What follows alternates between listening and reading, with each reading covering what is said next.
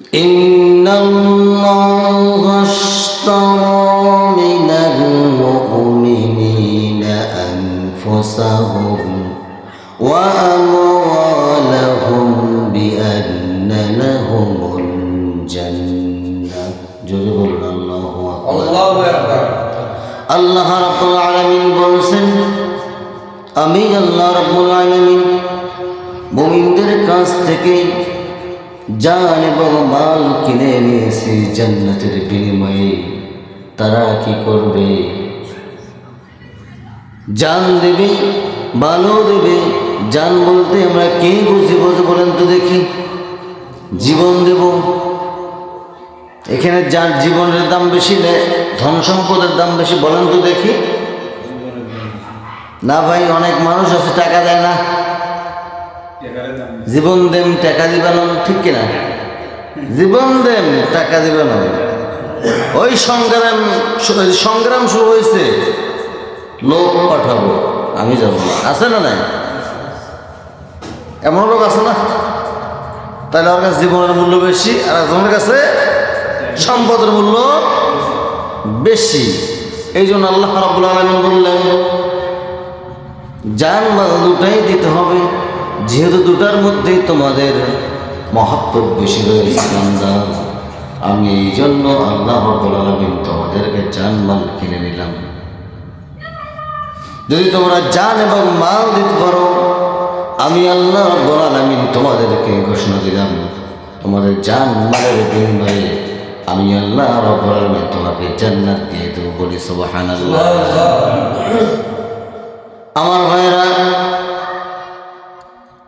জাকাত ভিত্তিক অর্থনীতি প্রত্যেকটা সেক্টরে চালু হোক। সবাই চায় কি চাই না বলেন? সবাই চান না? হ্যাঁ, জাকাত তো নাই। 5ই আগস্টের আগ মুহূর্ত জাকাত নাই। জাকাত শব্দ শুনলেই জঙ্গি মনে করত। হুজুরেরা যদি বলতো যে জাকাত সম্পর্কে কথা বলতে হবে, তাই জঙ্গির কথা শুরু হয়ে গেছে, ঠিক কিনা বলে? কিন্তু নামাজের পরে পরে যে স্থানটা, সেটাই হচ্ছে জাকাত, ঠিক কিনা বলে? নামাজ যেমন ফরজ, ঠিক তদ্রূপ জাকাতও তেমনই ফরজ। ওটাই তো হলো ভাই। আপনি জাকাত কোথায় দিলেন? একজন আছে 5 তলায়, আর একজন আছে 10 তলার মধ্যে, আর একজন আছে একদম গাছতলার মধ্যে। প্রিয় ভাইরা আমার, ভালো করে বুঝবেন, একজন আছে 10 তলায়, আর একজন 5 তলায়, আর একজন আছে একদম নিচতলায়, অর্থাৎ গাছতলায়, বটতলায়। আছে না নাই? আছে।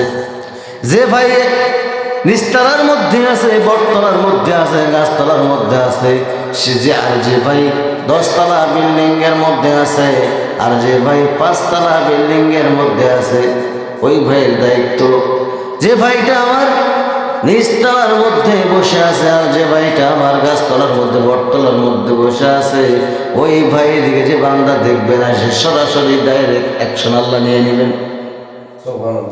সুবহানাল্লাহ কইলেন। প্রিয় ভাইরা আমার, আল্লাহ রাব্বুল আলামিন জাকাতের বিষয়ে অসংখ্য কথা বলেছেন। আমি শুধু আপনাদের টাচ মারতেছি। টাচ মারার উদ্দেশ্য হলো, জাকাত প্রত্যেকটা মানুষকে দিতে হবে। কতটুকু পরিমাণ দিতে হবে অবশ্যই আপনারা জানেন। এখন অনেক ভাই বলতে পারে, জাকাত যেহেতু দেওয়াই লাগবে, জমিটা বন্ধক রাইখা দেই, যেন জবাবদিহিতা করতে পারে। ভাই, ঘরের মধ্যে টাকা নাই, জমি বন্ধক আছে, জমিটা খুললার পালে দিয়ে দিন বলে, ঠিক কিনা? আছে না? যাই কায়দা খাটায় না, কাটায় না? কারণ ওই কায়দা খাটায় লাভ নাই। ওই কায়দার চাইতে উত্তম কায়দা কার কাছে আছে বলেন তো দেখি? আল্লাহর কাছে আছে। অতএব যখন জাকাত ভিত্তিক অর্থনীতি সমাজের মধ্যে পূর্ণাঙ্গ চালু হয়ে যাবে, আমি তো মনে করি বাংলার জমিনের মধ্যে 6টা মাসও লাগবে না, 1 টাকা ঋণ থাকবে। জাকাত, ওসর, এই 2টা জিনিস যদি চালু হয়ে যায়, বাংলাদেশের মধ্যে কোনো ঋণ থাকবে না। আল্লাহ রাব্বুল আলামিন সেই কথাটাই বললেন, বান্দা, আমি তো জান এবং মালকে জান্নাতের বিনিময়ে কিনে নিয়েছি। জানো দাও, ভালো দাও। মালটা কি? এই যে টাকা পয়সা অর্থনীতি, এটা না নাকি অন্য কিছু? আল্লাহ কি ভুল করেছে নাকি এই কথাটা বলে ভাই? হ্যাঁ, আল্লাহ বলছেন বান্দা জান মাল দে, আমি তো জান্নাত দেবো। কিনে নিছি, আমি খরিদ করে নিছি। এখন হযরত আবু বকর সিদ্দিক রাদিয়াল্লাহু তাআলা আনহু বিশিষ্ট একজন ব্যবসায়ী ছিলেন, কাপড় ব্যবসায়ী ছিলেন। এই কাপড় ব্যবসায়ী কাপড় বেচতে বেচতে হঠাৎ করে একদিন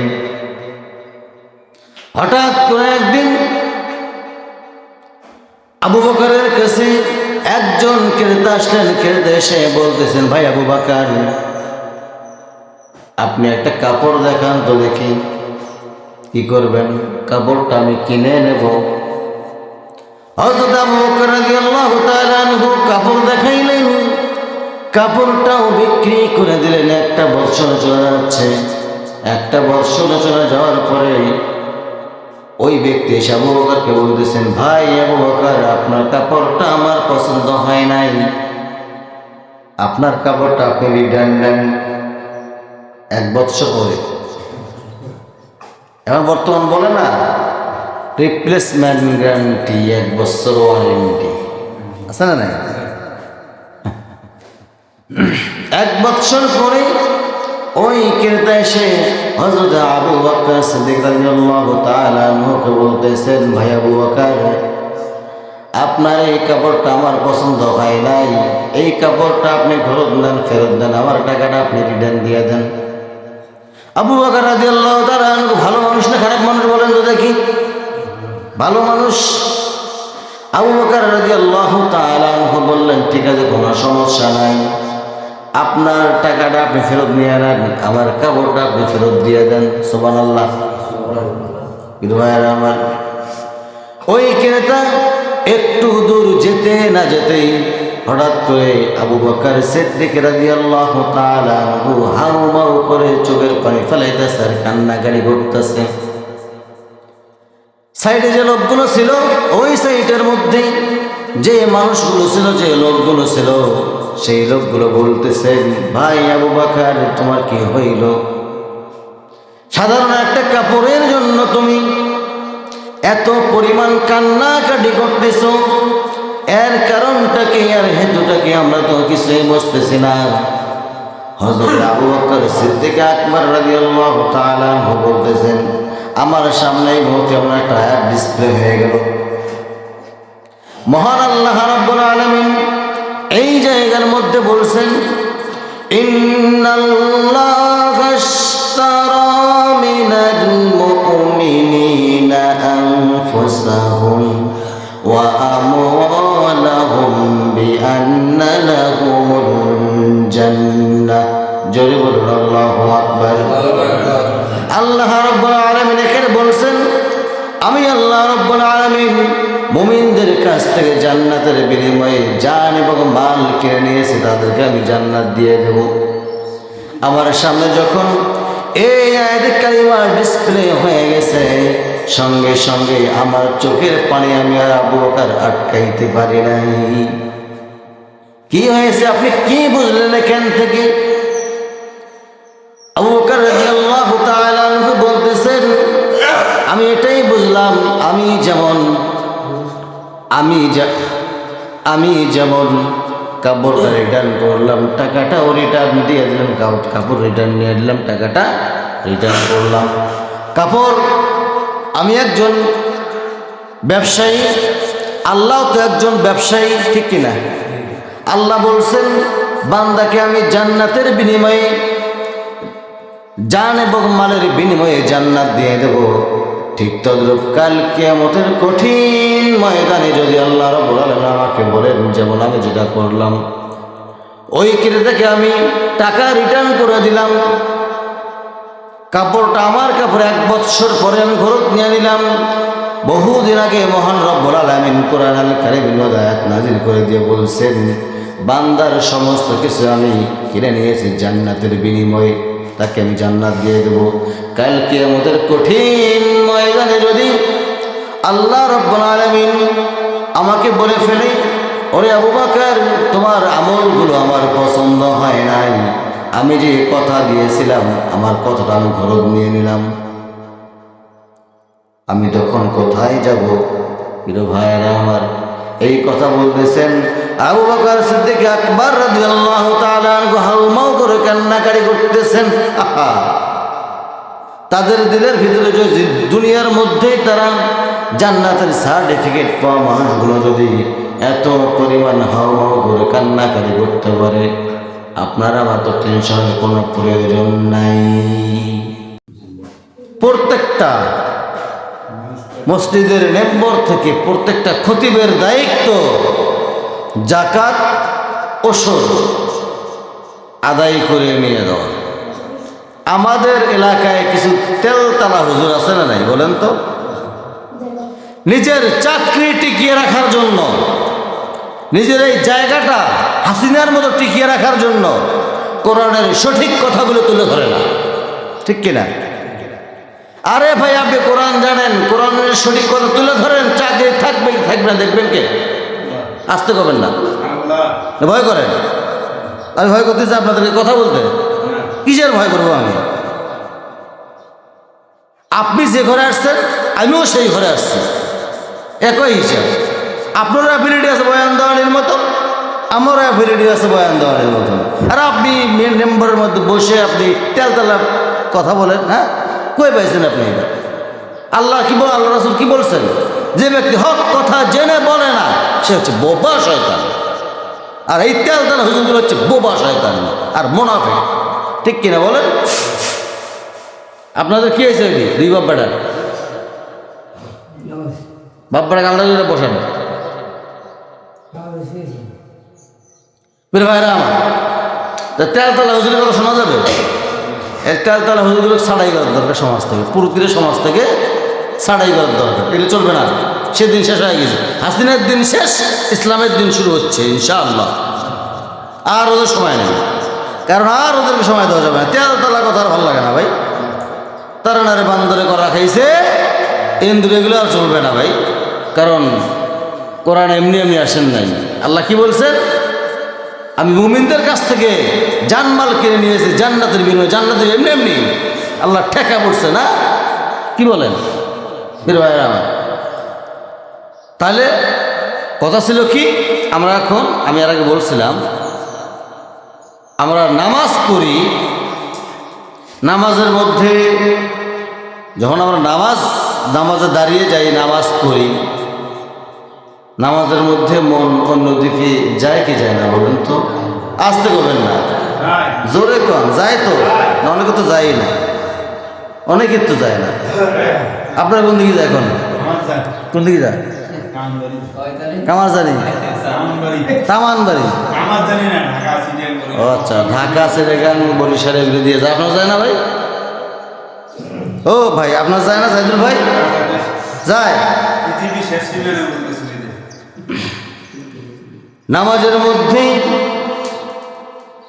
আপনার মন অন্যদিকে যেতেই পারে, এটাই বাস্তবতা।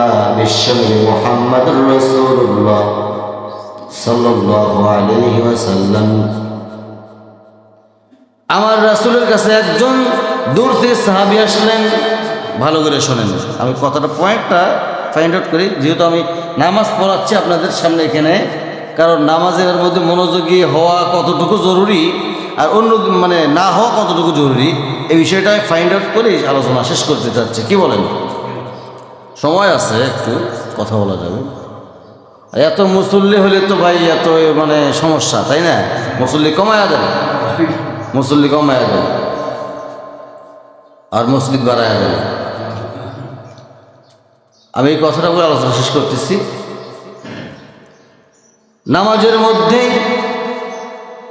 একজন মানুষের মন অন্যদিকে যেতে পারে, এটাই বাস্তবতা। কিন্তু নামাজ কবুল হওয়ার মালিককে বলেন, আসতে কবেন না, নামাজ কবুল করার মালিককে আল্লাহ রাব্বুল আলামিন।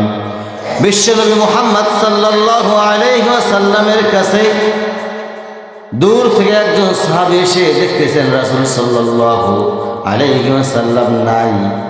এমন সময় হযরত আলী রাদিয়াল্লাহু তাআলা আনহুকে বললেন, ভাই আলী, নামাজের মধ্যে মন যদি অন্যদিকে চলে যায় নামাজ হবে নাকি? হযরত আলী রাদিয়াল্লাহু তাআলা আনহু বললেন, কখনো সম্ভব নয়, 9টা লোক হবে না, নামাজ হবে না। হযরত আলী রাদিয়াল্লাহু তাআলা এমন কথা বলে ফেললেন, নামাজ হবে না, নামাজের মধ্যে মন যদি অন্যদিকে চলে যায় নামাজ হবে না। এই কথা বলে আপনি চলে যান। চলে গেছেন ওই সাহাবী রাসূল কারীম সাল্লাল্লাহু আলাইহি ওয়াসাল্লাম। এসে আলী রাদিয়াল্লাহু আনহুকে বলতেছে, ওরে আলী, তোমার কাছে কি কোনো সাহাবী আসছিল নাকি?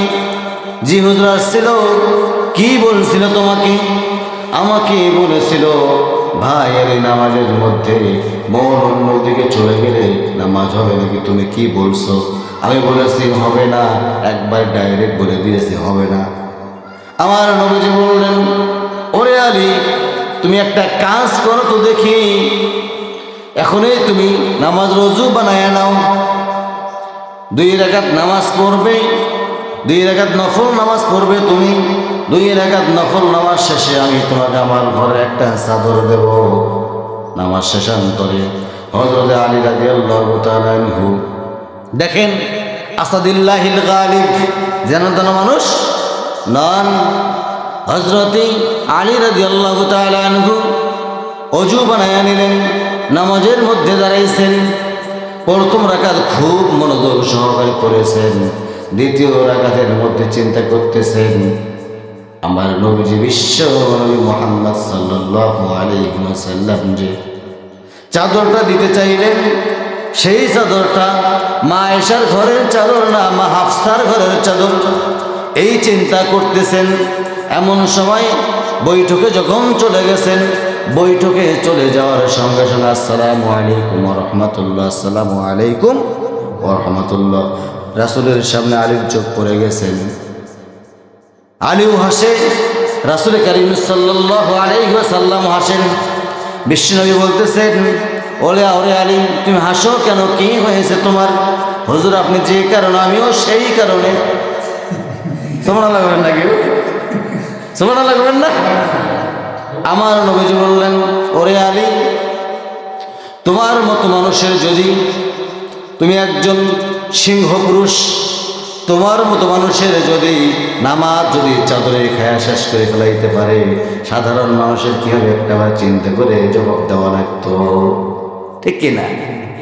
তাহলে কর্কশ মেজাজে কথা বলি আমরা, নামাজের মধ্যে ভাই মন চলে যেতেই পারে, কিন্তু মন তো ধরে রাখা যায় না। মন ধরে রাখা যায় না, মনটাকে ফিরে আবার ধরে নিয়ে বসানো লাগে, ঠিক কিনা বলে? হ্যাঁ, সেই হযরত আলী রাদিয়াল্লাহু তাআলা আনহু যুদ্ধের ময়দানে গেছেন। যুদ্ধের ময়দানে গিয়া এক পর্যায়ে হযরত আলী রাদিয়াল্লাহু তাআলা আনহুর পায়ের মধ্যে এমন একটা তীর ঢুকেছে, এত তীব্র ব্যথা, রক্ত দরদর করে পড়তেছেন, কেউ বের করতে পারতেছেন না। সাহাবায়ে কেরাম বললেন, ইয়া রাসূলুল্লাহ, ইয়া হাবিবাল্লাহ, আলীর পায়ের মধ্যে তো তীর ঢুকেছে হুজুর, কেমনে বের করি? আমার নবীজি বললেন, ও সাহাবে, তোমরা একটা কাজ করো, আলী যখন নামাজের মধ্যে দাঁড়াবে, ওই নামাজের মধ্যে আমার বিশ্বাস, আলীর যে মনোযোগী নামাজ, আমার বিশ্বাস ওই নামাজের মধ্যেই তোমরা আলীর তীরটা বের করে নেবে।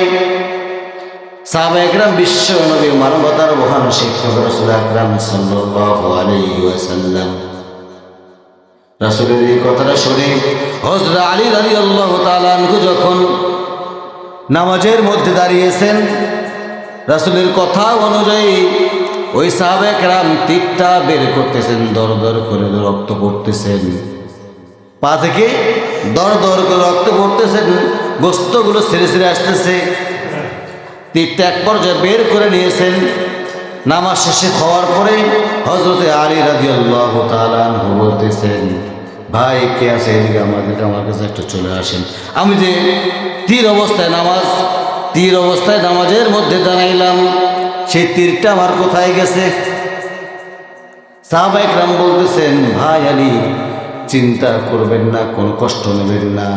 রাসূলের পরামর্শ অনুযায়ী আপনার পায়ের থেকে, আপনার নামাজের মধ্যে আপনার পায়ের থেকে পা থেকে আমরা তীরটা বের করে নিয়েছি। হযরতে আলী রাদিয়াল্লাহু তাআলা আনহু বললেন, আল্লাহি তাল্লাহি, আল্লাহর কসম করে বলি, তোমরা যে আমার পা থেকে তীরটা বের করে নিয়েছো, বিষাক্ত তীরটা বের করে নিয়েছো, আমি আলুর বিন্দু পরিমাণ টের পাই নাই। আর একটু আস্তে কম, সুবহানাল্লাহ। তাহলে মনোযোগ দেওয়ার দরকার আছে না নাই? আস্তে করবে না, মনোযোগ দেওয়ার দরকার আছে না নাই? আমি একটা বলছি না দুইটা বলছি? দুইটাই বলছি। তাহলে নামাজের মধ্যে খুশু খুশু থাকার দরকার আছে, এবং নামাজের মধ্যে মনে অন্যদিকে যেতেই পারে, এটাই বাস্তবতা। আমরা কিন্তু মনটাকে ঘুরে নিয়ে আসতে হবে ভাই, ঠিক কিনা? খারাপ লাগলো আপনাদেরকে? তাহলে আমরা জাকাতের উপরে একটু অটল থাকব এবং নামাজের মধ্যে অটল থাকবো, পড়ি আর না পড়ি, ঠিক কিনা বলেন? নামাজ পড়ি বা না পড়ি অটল থাকবো ইনশাআল্লাহ।